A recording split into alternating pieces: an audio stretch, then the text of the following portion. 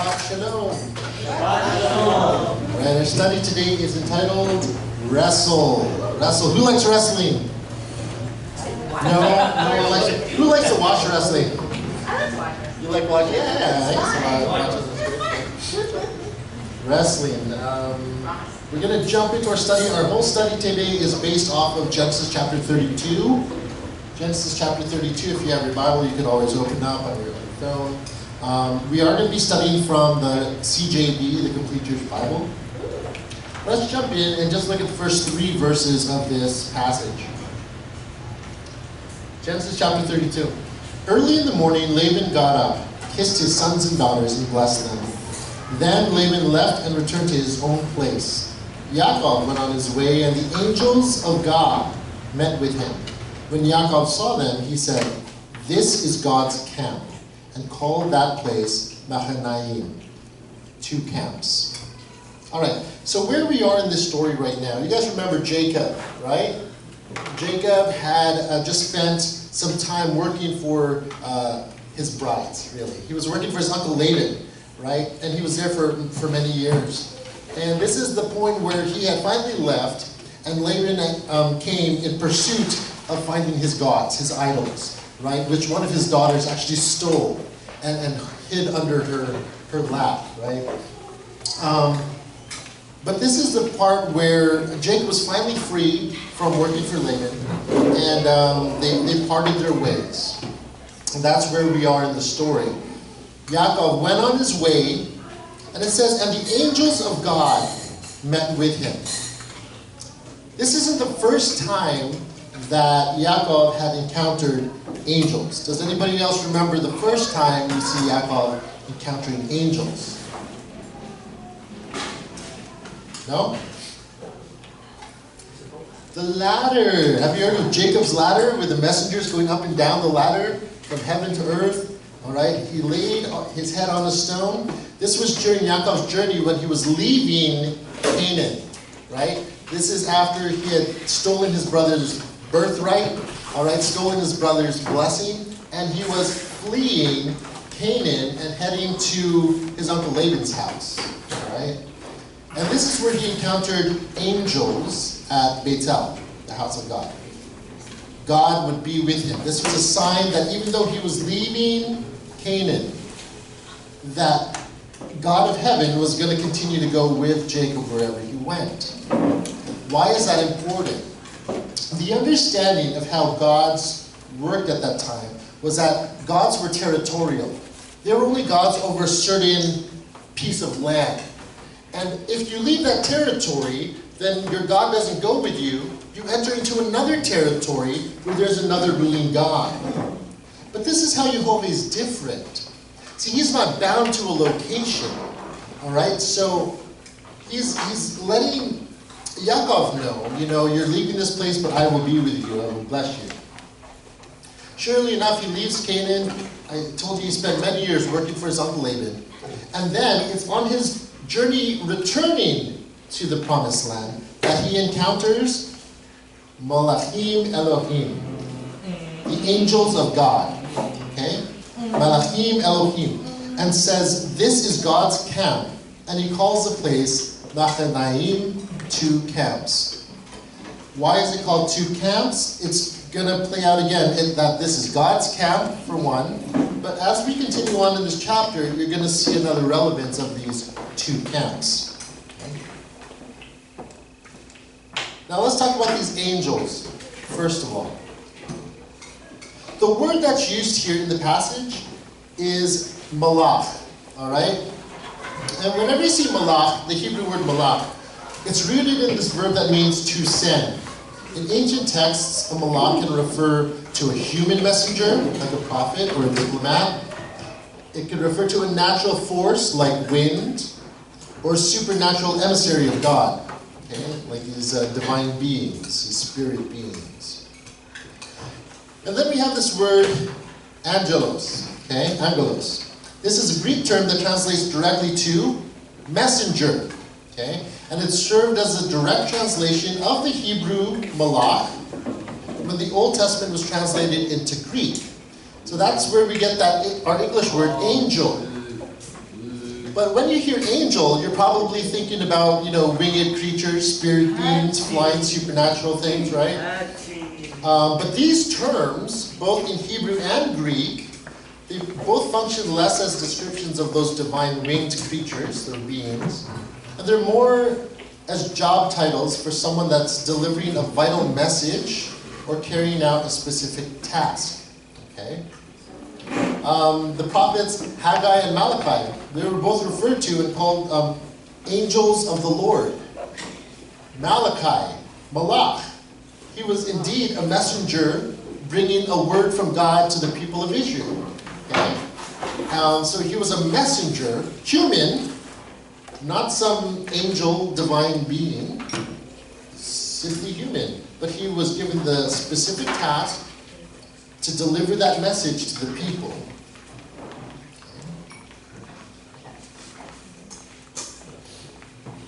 So here we have one of the characters, Yaakov, Jacob, and his brother Esau. They're twins. Not identical, very different. All right? One was burly and red and hairy, and the other one was a little bit more, the boy kept at home. All right? And let's see if you guys remember anything about Jacob and Esau. All right? In the womb, it was told that they would be two nations. All right? That the older would serve the younger. Is that right? All right. And when they first started coming out, all right, there was something about a red cord on the wrist of a hand, tie a cord around the one who came out first, or something. Apparently Esau started coming, or no, one of them started coming out, but Jacob was holding the heel of his brother. All right, so they were already fighting within the womb. The mom was experiencing a lot of birth pains because they were warring in the womb already. And when they came out, they weren't much better friends either. They remained enemies, and to this day, the nations that come from them continue to be enemies. Okay? Let's fast forward a little bit in their life. Esau was hunting one day, and he came back, and he was hungry. And his brother, Jacob, was cooking some red lentil stew. All right, yum, right? Who likes lentil stew? I like lentil stew. It's good. And Esau was so hungry, and he's like, "Oh, give me a bowl of that stuff."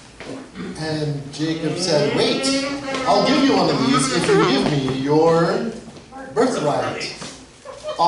So it was an exchange, a transaction. And he goes, "Well, what good is my birthright if I die of hunger?" So Esau, not caring very much about his birthright, agrees to the terms. He's like, "Fine, you can have my birthright. Give me that bowl." He didn't regret it. He just really wanted the bowl. He didn't want the birthright. He didn't want the responsibility. They're twins. Anyway, it could have been either one of them that had the birthright. They were born on the same day, probably a few minutes apart. All right, but that's one thing that happened, and Jacob kind of tricked Esau into getting that birthright. You fast forward a couple years later, or a couple chapters later in Genesis, and you see their father is blind. All right, he could barely make anything out, and Esau was going to be getting the blessing from his father, the firstborn blessing. So there's blessing, there's birthright. But Jacob and his mother, they schemed to disguise Jacob to feel like Esau and smell like Esau, like he was out in the field. They put some clothes, animal skins on him, so he would feel hairy like his brother. And their father didn't know any better, and he ended up giving the blessing of the firstborn to Jacob. So Jacob, again, deceived his father under his mother's instruction. And Esau was livid. He's like, "First my birthright, now my blessing? Have you left nothing for me?" All right? He was livid, and he wanted to kill his brother. All right? So that's the relationship between Jacob and Esau. Best friends. All right? So let's get into the story here. This is, once again, where Jacob had just left Laban. He's coming back to Canaan, and he knows that he's going to have to encounter Esau. All right? Let's continue reading Genesis chapter 32, starting at verse 4 in the CJB. Yaakov sent messengers, Malachim, sent messengers ahead of him to Esau his brother toward the land of Seir in the country of Edom, with these instructions. Here is what you are to say to my lord Esau. Your servant Yaakov says, I have been living with Laban and have stayed until now. I have cattle, donkeys, and flocks, and male and female servants. I am sending to tell this news to my lord in order to win your favor. The messengers returned to Yaakov, saying, we went to your brother Esau, and he is coming to meet you. With him are 400 men. What? I don't know. If I was Yaakov, I'd be freaking out. 400 men, what's he going to do? Yaakov became greatly afraid and distressed. He divided the people, flocks, cattle, and camels with him into 2 camps, saying, if Esau comes to the one camp and attacks it, at least the camp that is left will escape. Then Yaakov said, God of my father Abraham, God of my father Isaac, Adonai, who told me, return to your country and your kinsmen, and I will do you good. I'm not worthy of all the love and faithfulness you have shown your servant since I crossed the Jordan with only my staff. But now I have become 2 camps. Please, rescue me from my brother Esau. I'm afraid of him, afraid he'll come and attack me, without regard for mothers or children. You said, I will certainly do you good, and make your descendants as numerous as the grains of sand by the sea, which are so many they can't be counted. He stayed there that night. Then he chose from among his possessions the following as a present for Esau his brother: 200 female goats and 20 males, 200 female sheep and 20 males, 30 milk camels and their colts, 40 cows and 10 bulls, 20 female donkeys and 10 colts. He turned them over to his servants. Cross over in front of me and keep a space between each drove and the next one. He instructed the servant in front. When Esau my brother greets you and asks you, whose servant are you? Where are you going? And whose animals are these? Then you are to say, they belong to your servant Yaakov, and they are a present he has sent to my lord Esau, and Yaakov himself is just behind us. And there he is, sending forward all the flocks, hoping to butter his brother up before he reaches him. He also instructed the second servant and the third, and all that followed the droves. When you encounter Esau, you are to speak to him in the same way, and you are to add, and there just behind us is your servant Yaakov. For he said, I will appease him first with the present that goes ahead of me. Then after that, I will see him myself, and maybe he will be friendly toward me. So the present crossed over ahead of him, and he himself stayed that night at the camp. He got up that night, took his 2 wives, his 2 slave girls, and his 11 children, and forded the Yellow. He took them and sent them across the stream, then sent his possessions across, and Yaakov was left alone. And Yaakov was left alone. Then some man wrestled with him until daybreak. When he saw that he did not defeat Yaakov, he struck Yaakov's hip socket so that his hip was dislocated while wrestling with him. The man said, let me go because it's daybreak. But Yaakov replied, I won't let you go unless you bless me. The man asked, what is your name? And he answered, Yaakov.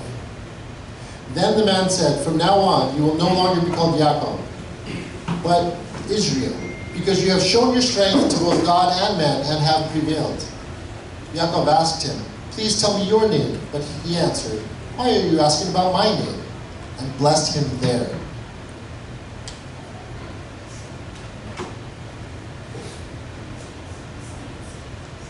Yaakov called the place Peniel, face of God, because I have seen God face to face, yet my life is spared. As the sun rose upon him, he went on past Peniel, limping at the hip. This is why to this day the people of Israel do not eat the thigh muscle that passes along the hip socket, because the man struck Yaakov's hip at its socket. It's kind of strange, that last little line. That's why to this day. So that's what we call a redaction in the writing. All right? It was added later at some future time, looking back at this account. All right, that's what the redaction is. It's added in, and what it's talking about, it wasn't a command. that you're not supposed to eat the hip, but it's simply a tradition that was developed where they remove the sciatic nerve from the animals to eat it or sacrifice in honor of this day when Yaakov had his hip dislocated. And as he was given a new name that described his new nature, Israel, to wrestle with God. So it says that, we were looking at those verses, it said that Yaakov was wrestling with a man. Ish is a word. Ish is a word for man. It's also the word for husband. It's just man, human. Okay? But then we see later that he's interacting with him even after he gets his hip dislocated. All right, and he realizes that he's not just wrestling with flesh and blood. He's wrestling with some divine being, and he asks this malach to bless him. Okay? That's the first clue that we get, that this man he's wrestling with was not flesh and blood. He was no ordinary man, but he was a messenger from God that gave a new name. Okay? So that's what he was charged with as well. Nobody could just change your name like that. Somebody else came and God gave him this new name. In Hosea 12 verse 4, it says, "Indeed he struggled with the angel and prevailed. He wept and made supplication to him. He found him at Bethel, and there he spoke with us." So this is affirming again that the being that he was wrestling with was indeed a Malach Elohim. Malach Elohim, when you take that word Malach, messenger, paired with Elohim, then that is a divine messenger of God. The word of God coming through the messenger. Not just any human being, but a divine being with a divine message.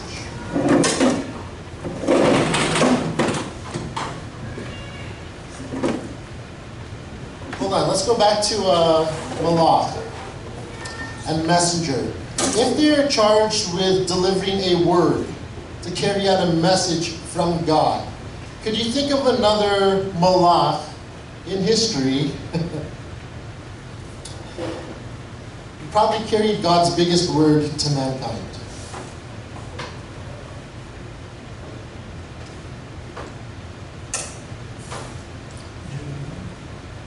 There are many prophets. There's Jonah. Who else? There are a lot of prophets. Yeshua. Yeshua himself was the Word. The Word of God. He came to bring his Father's will, carry out his Father's will, make visible the invisible God. Alright? He was indeed a Malach Elohim, but he's not just some angel. But once again, it's not what they are, but the title, the job description. Yeshua had a job description. Alright? To bring the Word of God, the Word that became flesh. He was a divine, yes. He became flesh, he was man. But he was also the Word itself. The express will of God. Okay? So Yeshua himself could be called Malach Elohim, an angel of the Lord. We also see in the burning bush, the angel of the Lord appeared, a Malach Elohim. This is God's voice speaking God's words through this Malach Elohim, a burning bush. Okay? So not some winged creature that we think about when we think angel. What's important about when we hear angels, we shouldn't be thinking about what they look like. We're thinking more about what their purpose and duty is. What are they carrying out? What's their responsibility? What are we supposed to learn here? What is the message that they're bringing? That's the most important thing. Okay? Quiz time. How old was Yaakov when he wrestled this divine being? Anybody? Any guesses? Let's do some work backwards. If we don't know, it doesn't say exactly when. All right, but how long did Yaakov work for his uncle Laban? That's the last thing that just happened. 14 years. 14 years? Only 14? Plus 14. 7 for one wife, 7 for the next wife, and then about 6 more years. Remember? And then he got all the extra cattle and flock. He worked for his uncle Laban for 20 years. So the question is, how old was Yaakov when he first went to his uncle's house? Maybe. We think 20, we think 40. How old was he? We never really think about it because the pictures are always like, oh, you know, one was hunting, one was at home, their mom and dad were still around, so they must have been young, right?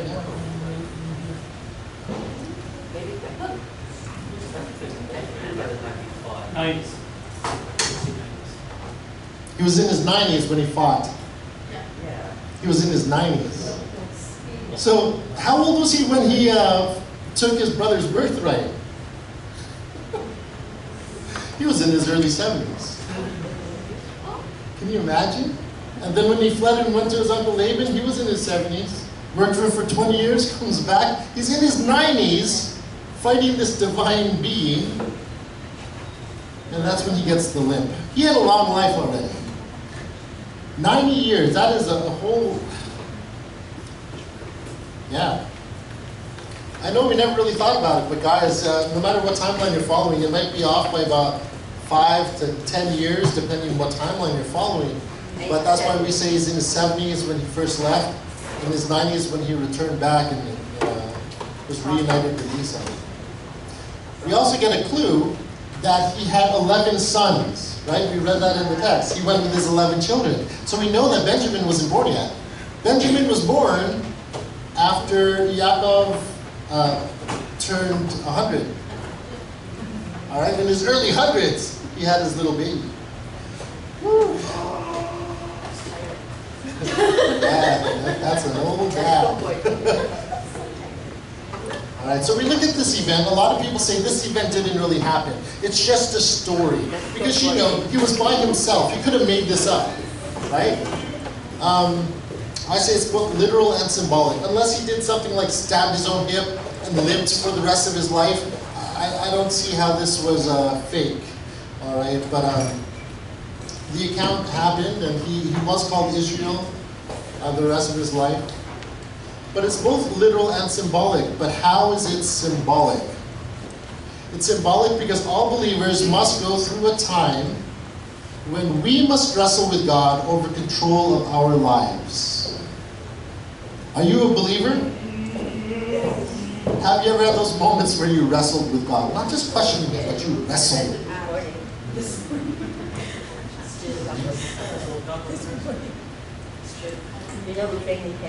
I mean, there are some times where life could be a little inconvenient. There's some times where God's will is different from our will. There's some times where we just don't agree. But is that really wrestling with God or just not getting along with Him? To wrestle with Him, it's like really getting in there.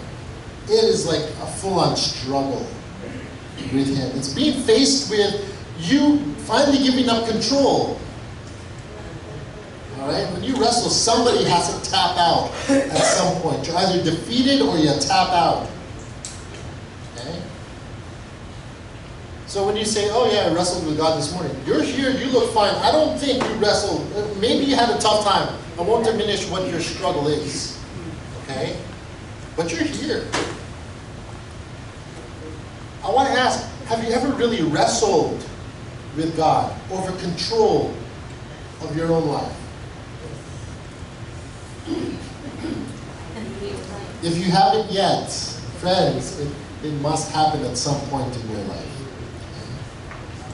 If we are to truly grasp that life that God has for us, a time must come when, by our own choice, through absolute surrender, we must leave our tattered history behind and start a new history with God as Lord of our lives. Could we consider Yeshua in the wilderness his version of wrestling with God? Could we consider it that? We could consider when we are given the opportunity to take control ourselves and go against God's will. If you know God's will and you're given an opportunity where you're tempted or tested to go against it, then that's about control, right? Am I going to exercise my will, or am I going to continue to follow God's will? So yeah, that's a point, a testing period where wrestling can occur. Yeah, absolutely. And is it common to be having to be taken to a wilderness place for that to happen? Is it common to have to be in a wilderness place? I think a lot of the time in a wilderness place, there are a lot less distractions so that we are focused on that wrestle, that struggle. I don't think it's necessary that we have to go to some dry wilderness place. Sometimes it happens when we're having a mountaintop experience. It's just a time where we are faced with ourselves before God. And sometimes when people get elevated so high, that's the time, that could be a wilderness place. When you're riding the top of the world, where everything's going great and everything's fine. You don't realize it's a wilderness place, but you've been living life on your own, doing it your own way, and succeeding in this world, thinking that all is good and God has blessed me. Yet, you have to come to terms with, am I really working with God, or am I still the one in control of my destiny here on earth? So it could look, anyway, whatever you call the wilderness experience. The question is, wrestle with it. Are you with God, or are you working against Him? And that's it. On a smaller scale, whenever we're faced with life-changing decisions, it's a form of struggle. Sure. And it's an opportunity to exercise your choice. Yes, struggling. It's funny, struggle, it's almost like we're struggling because of the circumstances that we're facing. And it happens in the moment. That's a struggle, and we just kind of have to get through it. But to wrestle, I think it's a little bit more than struggling. Okay? It's really getting in there, it's confronting, it's grappling with a reality that's opposing you. All right? That's what wrestling is. There's an opponent and there's you. And there's force both ways. And you're either fighting to win, or you recognize when you're about to be defeated, you got to tap out. Okay? That's why we talk about here, by your own choice, through absolute surrender. We have to leave our history of living for ourselves, doing it by ourselves, and then start a new history walking with God, trusting Him, relying on Him, letting Him be our strength. You see that? Not my way, not my will, but yours be done. Laying yourself down, dying to yourself, denying yourself, and then following Him and doing things His way. The scars of the past will come with us, and we'll have to deal with it. Sometimes we pay a price to leave behind our old ways and go forward into new life. Yaakov paid a price. All right, he inherited a permanent disability as he crossed over from the foreign place into the promised land. When he fought with this spirit being, he was prevailing, he was persevering, he didn't give up. And when daybreak was about to come, the spirit being tapped his hip and dislocated it. And think about the hip, guys. Kinesiology. That's a strong point. Your hip's gone. It's hard to stand. It's hard to do anything. It's like one of the strongest parts in the body. And it gets dislocated. You can't stand. So here he is, probably in a lot of pain, unable to stand, not able to bear his weight. So what's he doing now? He's clinging to the opponent. I won't let go unless you bless me.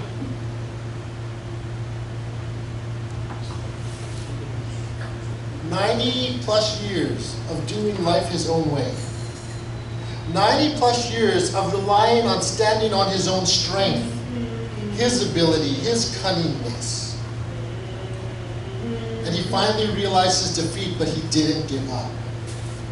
He wrestled with the reality, and he was ready to let go of the way he was doing things, asking God to bless him. Have you ever really wrestled with God?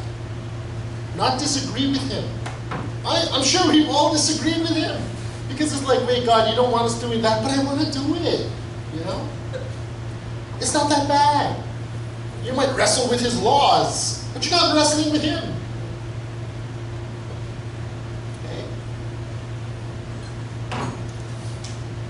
Okay? Spiritually, we are forgiven, but that does not end the natural consequences of what our sin natures have caused. Sometimes I think when people come to believe in God and they heard a good sermon and they're like, oh, your past, it's done, it's gone, whatever, and it's like, you're not that person anymore, and while your identity is not that anymore, the scars still come with you. Everything that happened to you in your life happened to you. I'm sure that Yaakov remembered everything that God had brought him through. His whole 90 years plus of life up to this point. How God still had favor with him when he left Canaan. How he prospered him, how he brought him back, and there was a good reconciliation with his brother Esau. But there were still consequences that he had to wrestle with. Yaakov is going back to his birth home. He's on his way, he's about to encounter his twin brother, who he wronged, who he deceived, and he had to face the consequences of the choices he made in his sinful old self. Have you ever wronged somebody that was really important to you? Maybe a parent, many times, a sibling, a husband, a wife, boyfriend, girlfriend, children. A teacher who really cared about you. Imagine what it would be like you hadn't reconciled, and you carry that with you your whole life. There's some guilt or indifference, but there's an attitude about it. There's some sort of bad attitude attached to that. And at some point, the consequences of your choices in life, they still follow you wherever you go. All right? Even if God forgave you, yes. And you step into that new life with Yeshua, yes. And it's amazing, but there are still consequences to the choices you made in your life. Those scars are still there. And the enemy will test you by trying to pick at those scars and reopen those wounds and try to remind you of your old self. That is one of the consequences that we have to pay because of all the stupid choices that we made in our life. It's painful, yes. You're a new creation, yes, but there's still growing pains. And it's still difficult, and we still have to wrestle with God every day. He's not just some ticket that says like, yes, I want Jesus, yes, I want heaven, yes, I give up my old life, I'm forgiven, I'm free, I can do whatever I want now, and no matter what I do, it has no consequence. No. Always going to be consequences, friends. And there's a lot of pain. Let's look at that first. Let's look at the old nature, meaning of the names of Yaakov and Israel. Yaakov simply means supplanter, right? He used his skills, cunning, and deceit to win against men up until this point. A better way of calling Yaakov would have been the cunning, self-helpful supplanter. When he recognized that what he was fighting was far more than flesh and blood, he knew he couldn't win, as he always had. And so instead, he gave up and asked to be blessed. Because Yaakov yielded to God, he was to have a new destiny, and it would be reflected in his new name, Israel. Israel, a prince with God, or one who struggles with God, more literally. Let's look at that name, Israel.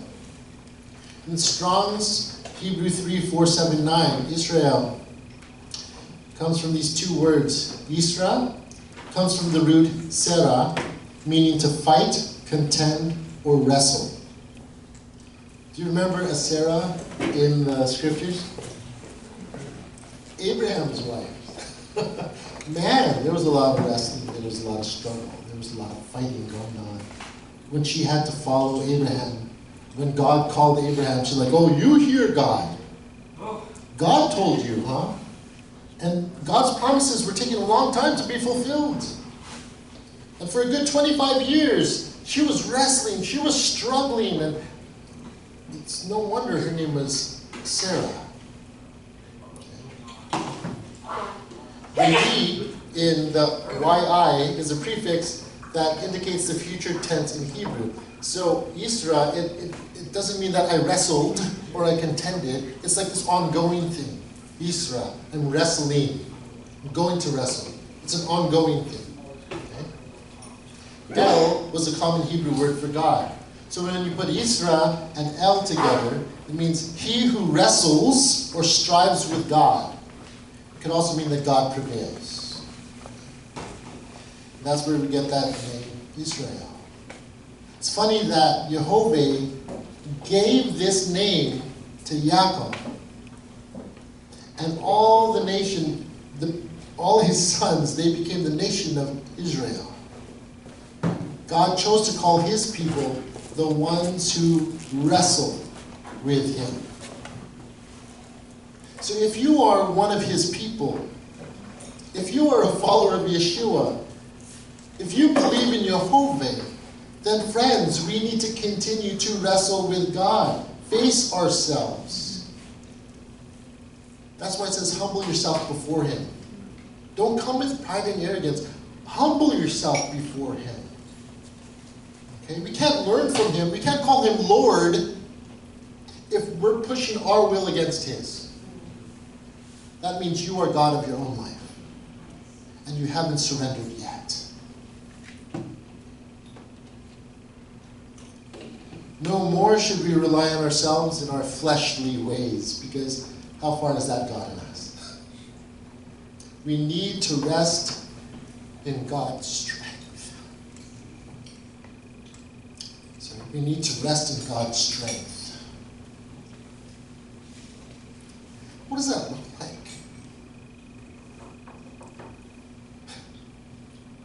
It's nice we could say all these things. But do you know what it is to rest? I hear so many believers saying they're so tired.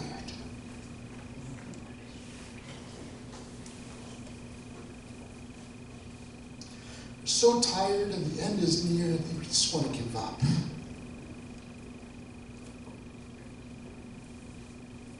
As God's people, friends, we need to wrestle with him.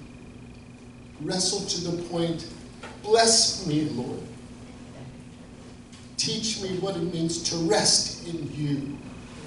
Help me stop striving in my own strength. Let me learn to live by your strength.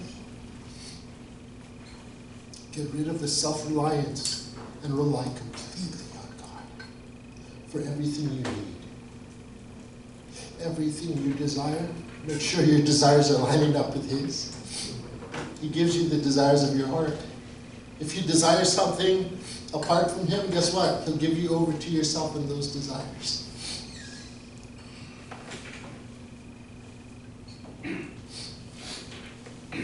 When was the last time you wrestled with God?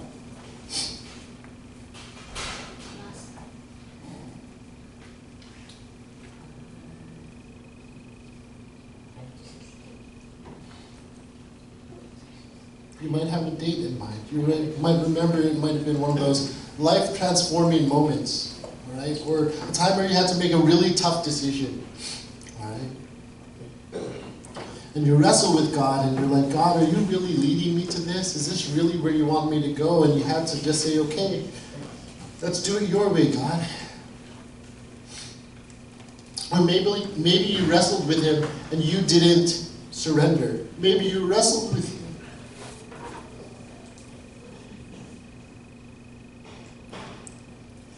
and you found yourself completely opposed to him.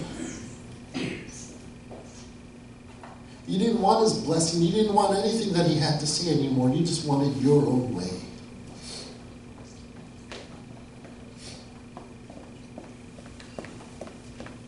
There's evidence, after a fight, there's evidence. Two kids roughing it out at school, they get in a little scuffle during recess, and one kid gets really upset because the bully just wouldn't leave him alone, and You know, the little wimpy kid that's getting bullied, he winds up his hand and he brings it back and he socks the guy in the eye. There you go, bully. And he just keeps going. You know, those little kids, they go crazy. You know, they're like, no, they're all this pent up years of being teased. And you start wailing on them and you're like, whoa, I give him a bloody nose and a black eye. And it's, oh yeah, look at the little Timmy. Finally got the bully. And you're wailing on the guy and there's evidence that you got in some sort of a fight. Somebody gets hurt. Somebody ends up crying. There's evidence somewhere. Somebody's hiding. There's fear. There's always going to be evidence that there was a struggle. Wrestle, an evidence of wrestling. And friends, when we wrestle with God, believe me, you are not going to remain the same. You cannot remain the same. You either grow closer to trusting Him, or your heart gets hardened further. Once again, you either draw closer to Him, or your heart gets hardened further after you've wrestled with God. There's going to be some evidence of that in your life. Yaakov, he gets blessed. He gets a new name. But he walks away from that match limping. Permanently disabled the rest of his life. Limping. That limp, it represents the struggle he went through. There's evidence of it. That limp represents a transformation that he experienced. He wasn't doing it his own way, relying on his own wiles and his cunning deceit and his ability to be skillful in getting what he needs. No, he gave up. He surrendered. There was transformation in his person. And then the limp also represents a reminder that his strength now comes from God. If you've ever wrestled with God, what is the evidence that you wrestled with Him? It may not be purely physical. Maybe it was physical. All right? But there should have been some sort of transformation. And there should have been some lesson that you learned through that experience.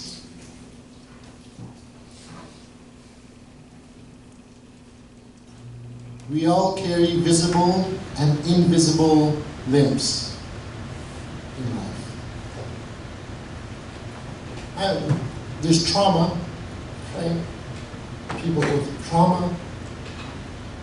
There's painful experiences in the past where our faith might have been shaken and we had to decide, will I still believe in God? Will I still trust Him?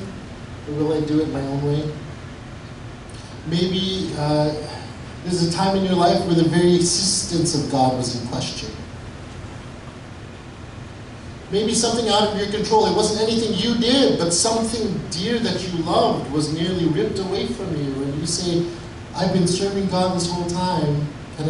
Will I continue to serve Him even after He's taken this away? What are the limps in your life? The evidences that you wrestled with God somewhere. What are the lessons that you learned through those experiences? Are they there? If you haven't learned any lessons, friends, if you haven't experienced any transformation in your life, I beg you to get into that wrestling match with God. Pursue Him. Press into Him. Get face to face with Him. Be honest with yourself. Be ready to face yourself and all your ugliness and all the things that you are going to have to surrender and give up, so that you could let go of all that and start clinging to God. Because you cannot stand on your own anymore. But you can only stand on His strength. What are the limps in your life? Here's some lessons that we've learned through this study. That surrender is the path to blessing. Right? Everyone say surrender is the path to blessing. Okay, with a little bit more. Surrender is the path to blessing. Right. So Yaakov, he spent his entire life trying to wrestle his way through life. Anybody know what that feels like? Yeah, you're trying to wrestle your way, you're trying to be scrappy and make your way through life, yeah? He was deceiving his brother, he was fleeing, relying on his own wits. It was only when this divine being touched and weakened his hip that Yaakov stopped fighting against God and began clinging to him for a blessing.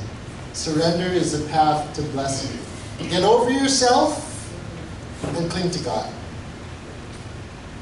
Another thing we learn in this story is how God changes our identity.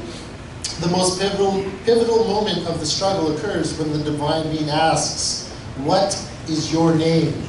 And he says, "Jacob," Yaakov. Just in saying his name, he confesses his past. I was a supplanter. Cunning, self-helpful supplanter. He confesses his past. In response, God gives him a new name, Israel, showing that our past failures do not define our future. 90 plus years of mistakes, of doing things his own way, yet God still had a future for Israel.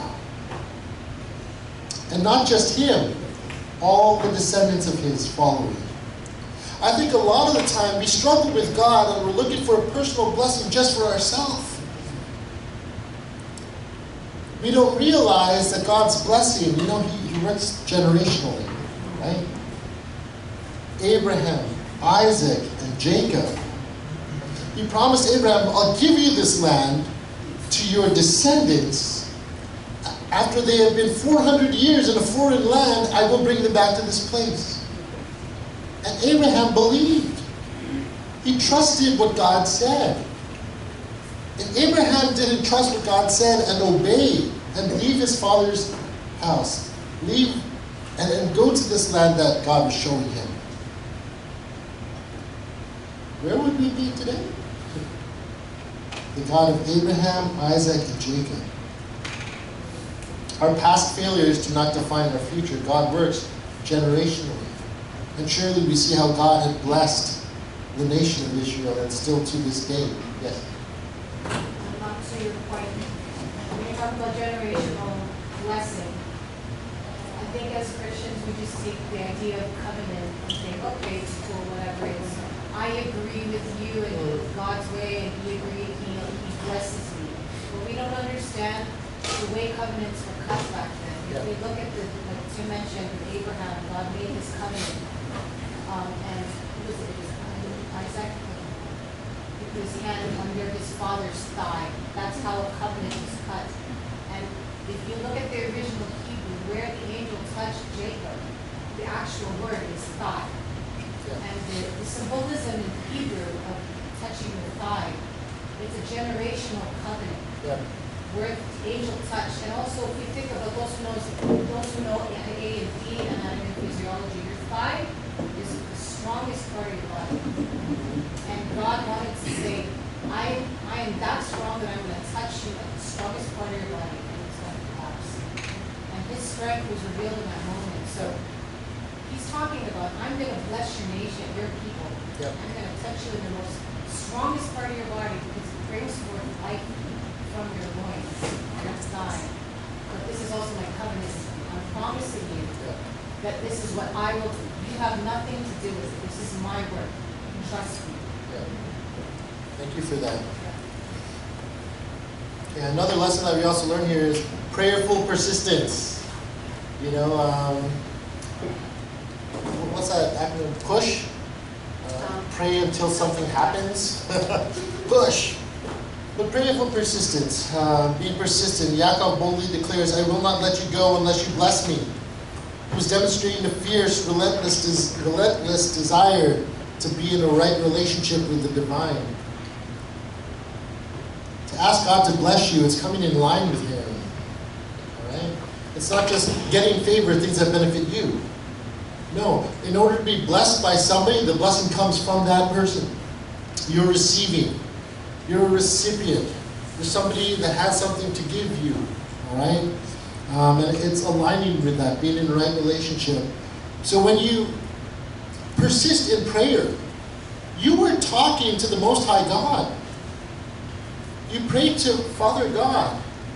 You're coming into a relationship with Him. You're having a conversation with Him. You are lifting up your heart's deepest desire. You are allowing yourself to be exposed before Him. And friends, it's in prayer where we can find ourselves truly wrestling with God. It's one thing to struggle and go through a hard time, and then you just say, God help! You know, and you're just like throwing it out to God because you're expecting Him to like tag team you and come in and take over for you. But really, God's just waiting for you to give up. God's saying, stop striving. Stop trying to do it on your own. Just stop. And every week, we're given a reminder of what it means to cease on Shabbat. Just stop. Stop trying to build your own kingdom. Stop trying to do things your own way. Once a week on Shabbat, I have everything you need. Rest in me. I supply your every need. Every good thing in your life comes from me. Everything you need for life and living, I have for you. I want you to learn to trust and rely on me completely. Oh, but I can't give it up. I can't stop working. I can't stop doing these things with my friends, because if I do that, then I'm going to lose them. And God says, so lose them. You gain me and all that I have. Seek first the kingdom of God and what He wants, and everything you need, He has.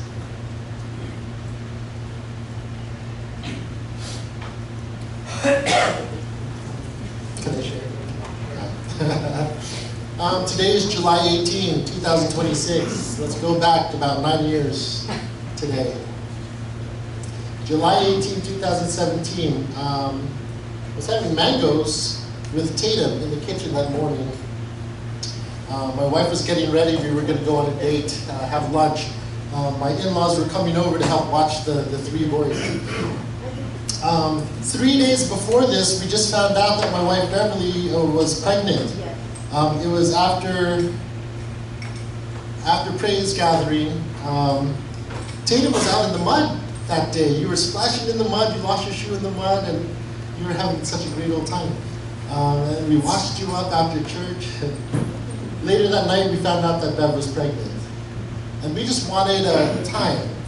We had our three boys. She was pregnant with Talia. We just found out. And we wanted to go on a date and just have time to talk. So we went for sushi. After Tate and I had mangoes, I went and hung out with Bev. We came back from our date, and we were going to go for a drive, right? And my son Tatum, he loved Walmart because they had vending machines. And all he wanted to do was get to Walmart so he could get a gumball. That's all he wanted, a gumball. He couldn't wait for his mom and I after we came home from our date. We were just kind of refreshing, getting ready to leave the house. And I noticed the door was cracked open, and the bench to the door was in front of the door, and somebody had unlocked the doors, and it was open. And I realized, where's Tatum? Where's Tatum? He went running. He took off without any shoes. He left the door kind of open. And we rushed out of the house, and all of us started looking. Tatum was full of life and energy. He was always smiling, always so happy, always doing things. That day, July 18, 2017, our world changed.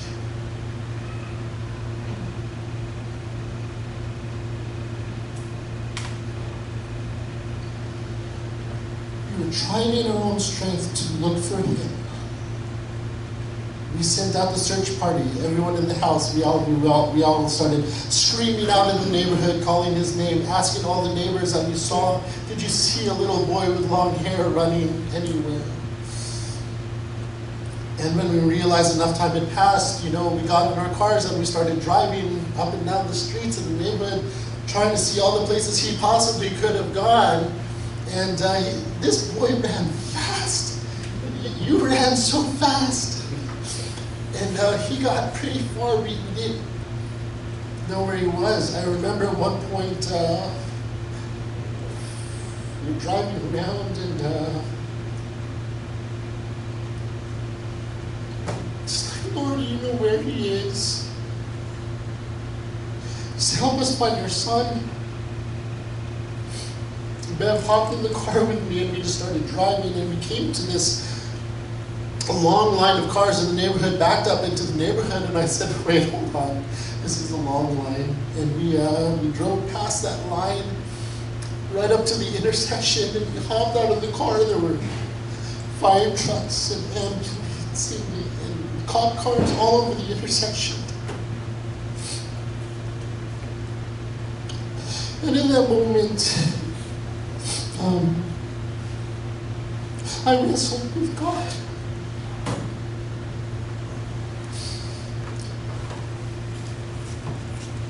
Because I'm like, Lord, you have blessed us so tremendous. You're blessing us with our fourth child. We just found out that she was coming, and I said, Lord, you can... So many things filtered through my mind so quickly. I'm like, Lord, are you giving us this fourth child to replace this one that you might have just taken away? Could I be at peace with that if my son was gone? There were so many emergency vehicles everywhere, and cars just stopped everywhere, and I couldn't see anything. In the middle of it, I remember wrestling, and we saw a cop, and he pointed at me and Bev because, you know, we're the only people running around looking like crazy people. And the cop, he just said, 18 Chadwick. That's all he said. And I must look crazy because I was praising God, crying, thank you. I was praising God and crying because there's only one way this cop would have known our address, is because our little boy knew where he lived. He was only 5 years old. Earlier that week, we heard about another boy down the road, a couple blocks. There were a couple of kids that were hit and killed that same month, that same week, hit by cars. And I'm like, Lord, you spared our child. I know you have a purpose in this too. Would I still serve God if Tate didn't make it that day? That's something I had to wrestle with. Something completely out of my control. Am I serving God today only because he spared Tatum?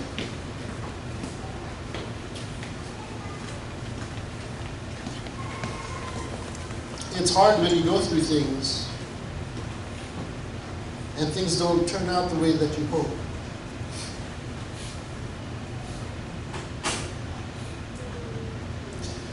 Tatum wasn't on the scene. They had already rushed him off to a sick kids hospital.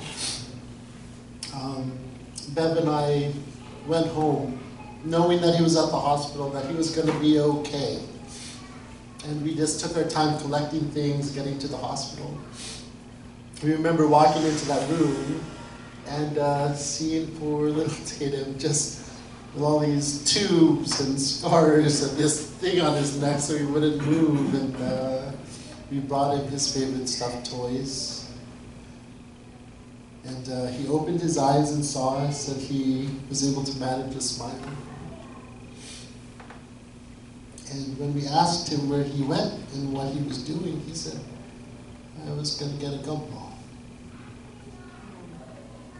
When we asked him what happened, getting hit by the car, he said, I stopped the car. The only thing that got injured was a little fracture in his arm, where he said, I stopped the car. He had some scratches on his face and his arms, and that healed up pretty quickly, you know. There he is a week later there. We were celebrating their birthday.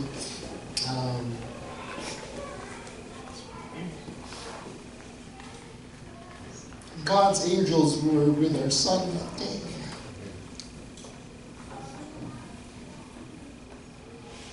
I believe it because no 5-year-old is going to be able to stop an SUV coming at you on the main street. And where they found Tate, where the car was and where he flew, they said he flew and landed quite a distance away from the vehicle. God's angels carried you safely. When we ask Tate about this, we don't hide the things that happened, the ugly things that have happened. We remember them. They are scars in our family, things that tested us. But whenever we talk about these things, we remember the lessons that God was teaching us. We remember that we have to trust completely in Him. Bev and I as parents were like, oh, could we really handle, 4 kids? Yeah, we got this. We were talking ourselves up like, yeah, the 3 boys, they're okay. They're a little older now. We're going to be okay with the 4th kid coming, no problem. And then we get home and things happen and God's like, no, you don't have it. He needed to remind us of all the times that He carried us through already. Mind you, when we're saying we got this, there were some other scars, aside from Tate's accident. Other scars we went through a couple of years earlier. There was my heart surgery and Bev's brain tumor and her surgery, and all these times where we were challenged because we might lose somebody very precious to us. We felt God had given us these things, and like God gives and He takes away, and that's His right. Will we continue to serve Him even if things go the other way?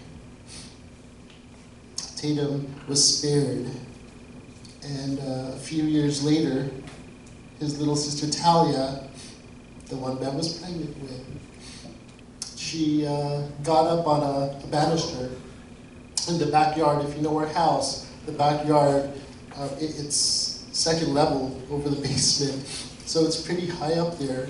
And there were some tables near the rail, and I had just gone to his bathroom very quickly, and I came back and I heard Tatum grunting, please, please, somebody help.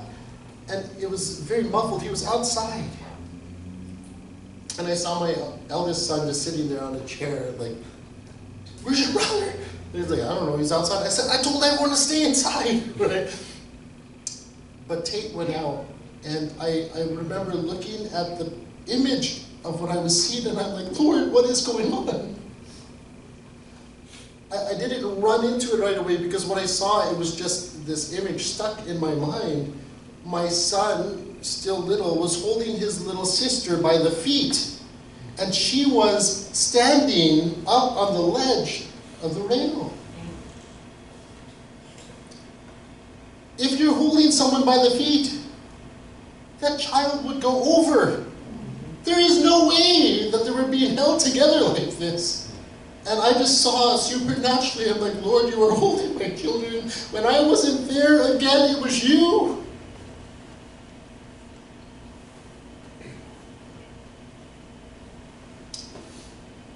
It's so tempting to trust in ourselves and what we're able to do and how we are going to manage things. But God has time and time again come into my life, my family's life, and reminded us, you are not in control, but I am. And you can trust in me completely. I am all that you need.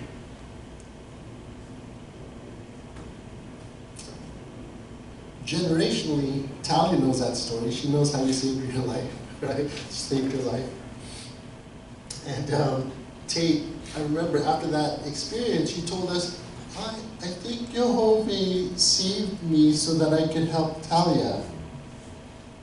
And they have this very special bond to this day. But even in their young life, those scary moments, what it was for Bev and I as parents, where we wrestle with God. Things could have gone one way or the other. But our children have learned these lessons too. And they're going to have to go through life where they have to wrestle with God. But when we have these things to remind us of the lessons that God had taught us when we went through those things. I mean, all the lessons I learned with you and Ma, and the things we went through in my family of origin, man, it's like those lessons have stuck with me today. There's a song I want to share with you. It's by a group called I Am They. It's a song called Scars. And I just want you to look at the words to the song. It's beautiful. Waking up to a new sunrise, looking back from the other side, I can see now with open eyes. Darkest water and deepest pain, I wouldn't trade it for anything, 'cause my brokenness brought me to you, and these wounds are a story you'll use. So I'm thankful for the scars, 'cause without them I wouldn't know your heart, and I know they'll always tell of who you are. So forever I am thankful for the scars. Now I'm standing in confidence with the strength of your faithfulness, and I'm not who I was before. No, I don't have to fear anymore. So I'm thankful for the scars, because without them I wouldn't know your heart, and I know they'll always tell of who you are. So forever I am thankful for the scars. I can see how you delivered me. In your hands, in your feet, I found my victory. I'm thankful for your scars, because without them I wouldn't know your heart.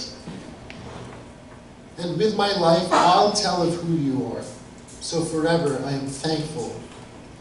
I'm thankful for the scars, because without them, I wouldn't know your heart.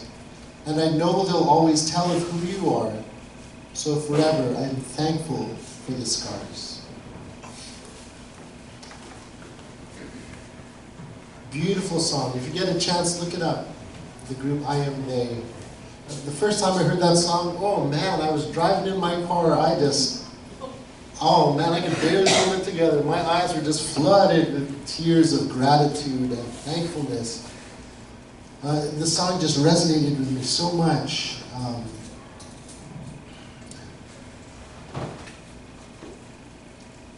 Sometimes God lets you hit rock bottom so that you will discover He is the rock at the bottom. When things are going so well, we might not pay attention to Him. Sometimes we won't pay attention to Him until we absolutely recognize our need of Him. All right? And let me tell you, friends, when you get to a place rock bottom, it's like, that's where you really wrestle. That's where you meet God. I mean, I'll urge you now, don't wait until you get to rock bottom. If you don't have to. Don't wait. It sucks. It sucks, man. All right? But sometimes, if you're more stubborn like I am, you'll get to rock bottom. All right? And that's where God's like, you know what? He lets you come to the end of yourself, and then He'll give you the choice of what you're going to do. You're going to stay there at the end of yourself, or are you going to step into it with Him? Are you going to ask for His blessing? Are you going to learn to trust Him? Are you going to start relying on Him?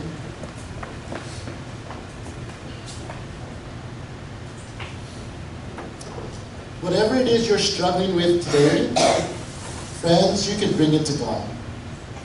If it's something you know that He won't be pleased with, bring it to Him anyway, man. You don't have to be perfect before you come to God.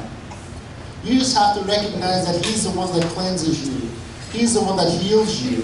And He's the one that can give you hope and a future. Alright? So cast all your anxiety on Him because He cares for you.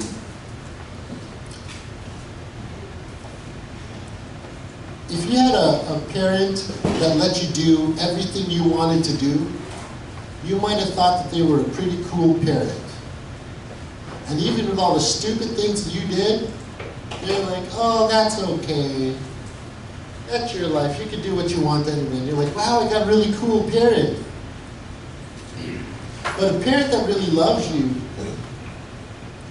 all right, a parent that really loves their child will make sure that they are teaching them the lessons, teaching them how to not make those stupid decisions, teach them how to, just teach them lessons. Let them be confronted with themselves. Why are you doing things this way? You know, not to shame them, not to shame you, not to judge you, but to teach you. But we need to be confronted with ourselves in our sin. We need to be confronted with ourselves in our stupidity. All right? And then God says there's a better way.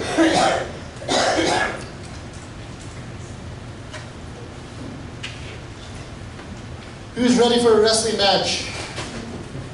I don't think you're ever ready for it. You're never ready for it, But it huh? happens anyways. And when it happens, you're gonna stick with it? You're gonna stick with it?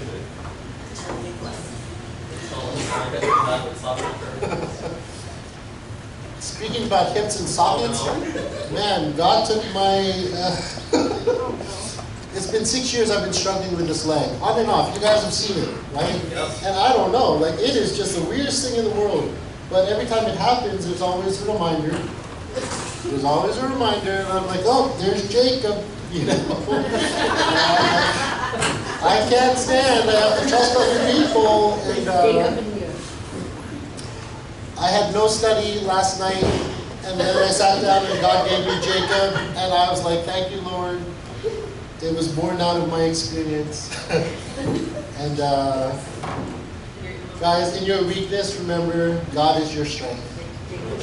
All right, that is it, and you can stand on Him for everything. May the grace of our Lord Yeshua and the shalom of the Heavenly Father be with us all. Amen. Thank you.